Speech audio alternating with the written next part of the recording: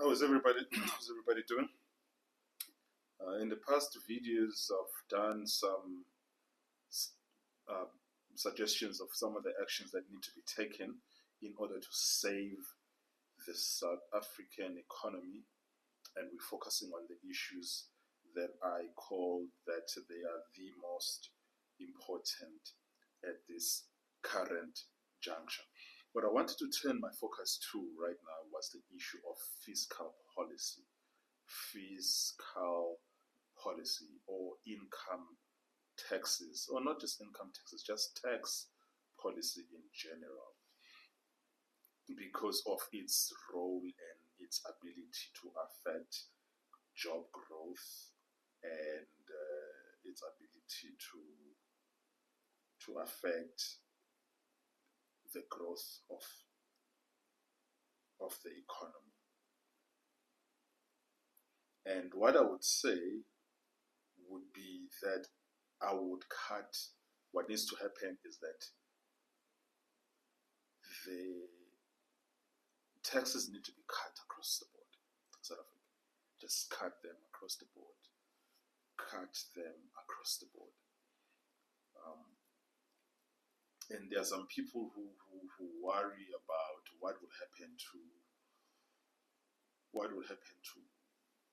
the deficit and what will happen to the how would the government pay its bills. And I would say that we have evidence that some who have cut taxes in the past, what they ended up having was higher revenue being collected the following fiscal year.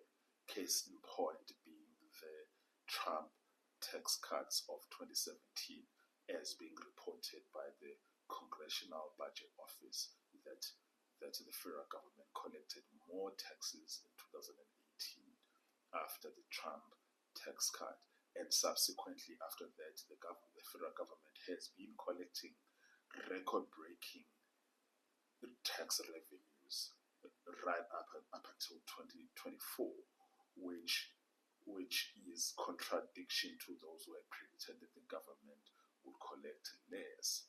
But the problem that we've seen in the United States, though, is that even though the government was collecting record revenue, the deficit went up, because what they did is that they also, at the same time, while they were reducing income taxes, they were also increasing government spending. That's really the quagmire that the United States has been dealing with, which is also one of the reasons why I do not support the big, beautiful bill by Trump, not because of extending the tax cuts of 2017, but I do not support it because it increases government spending.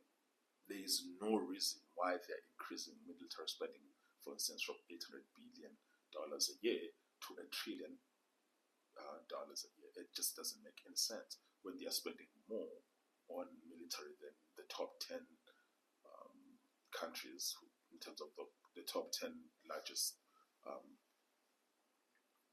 militaries in the world.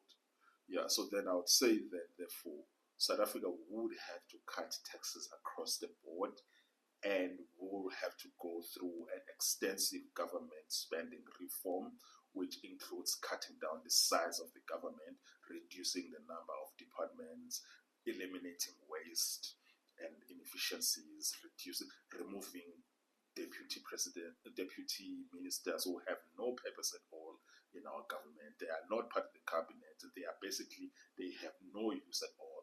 Reducing the number of departments into a number that is meaningful and sensible, merging some departments to actually make sense.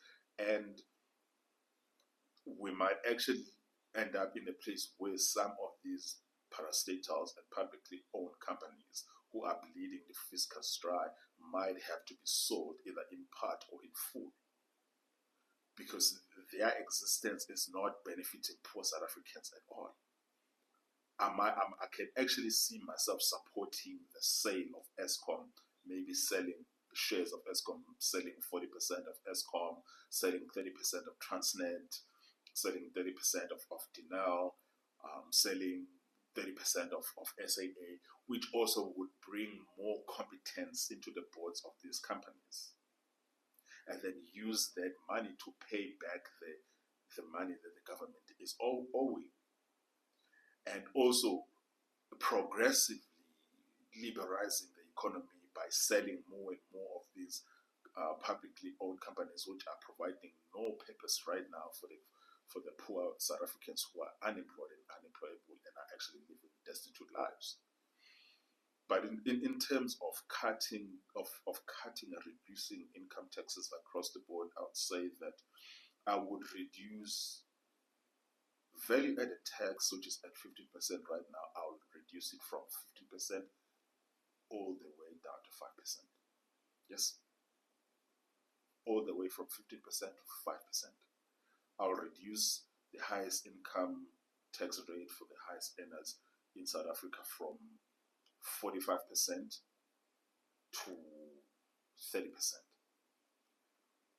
And then making sure then that people keep more of the money that they earn. I would also reduce the capital gains tax from where it is now, which is, I think, if I'm not mistaken, it is around, for individuals, it's around 55%. I would reduce it to, okay, for companies, it's around 21%, for individuals and trusts, it's around 18%, and for other trusts, it's 36%. I'll reduce the capital gains tax for companies from 21% to around 10%, or even less. For individuals, I'll reduce it from 18% to around maybe 7%, 6%. For other trusts, I'll reduce it from 36% to around 20%, maybe 18%. Capital gains tax is one of the most irrational taxes for me that I just don't understand. It is prohibitive in terms of economic activity. It inhibits businesses and individuals from doing business. Yeah. So in fact, and then corporate income taxes on their parts, I would say that reduce them from, I think it's 28%, 27%. I'll reduce it to around 22%, maybe 2%. I would just cut taxes across the board. Cut taxes across the board. And this issue of 45% income taxes on individuals, high earning individuals who are earning more than R1 million a year, it is just unconscionable, to put it bluntly. It is unconscionable. Like that, like it doesn't make it. These people work hard. They spent years studying. They spent years being the best and of the best in their fields, and then the government takes 45% of their income. It is absolutely insane. So you cut taxes across the board. There are other taxes that I haven't looked at.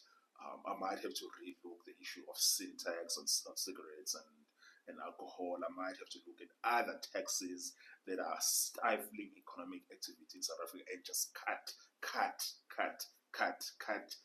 across the board.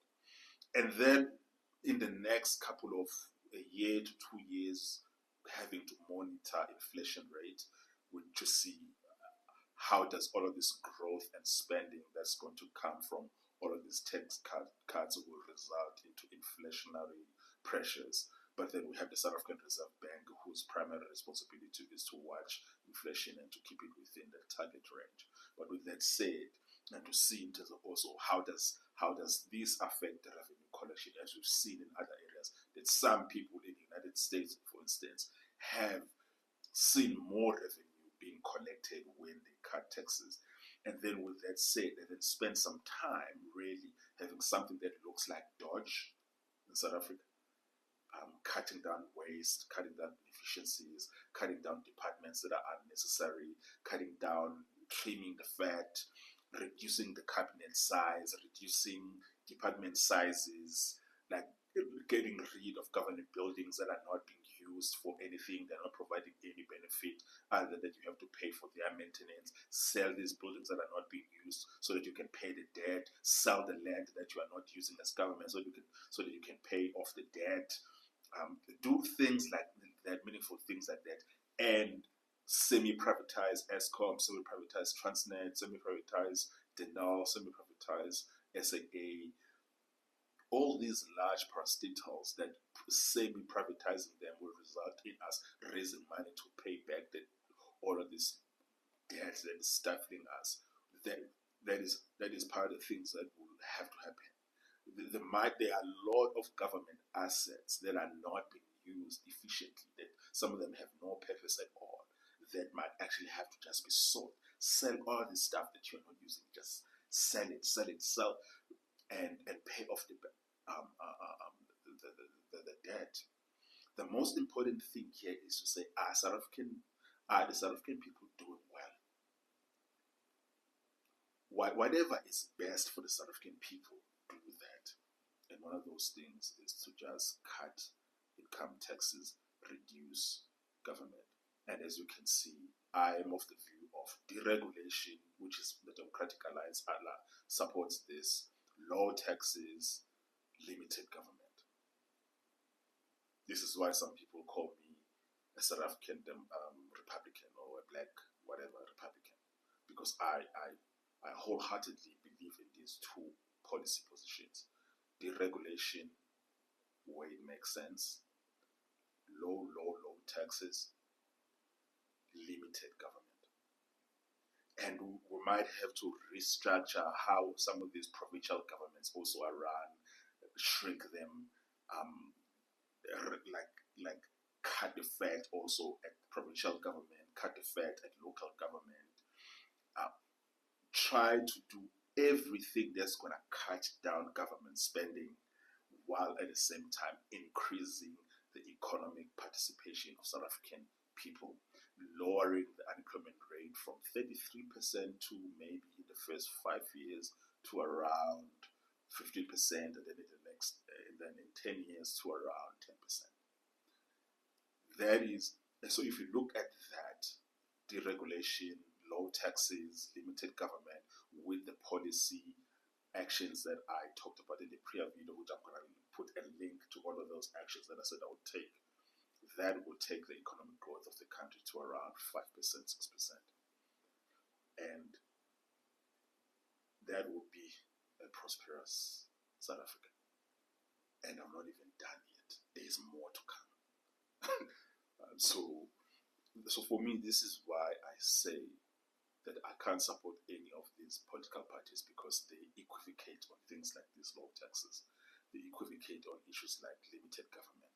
They equivocate on issues like what is a clear industrial path, what is a clear way of actually rebuilding our industrial base as South Africa. We need to have firms and factories and a strong manufacturing base. We need to make it in South Africa. And part of the process of that is cutting taxes across the board.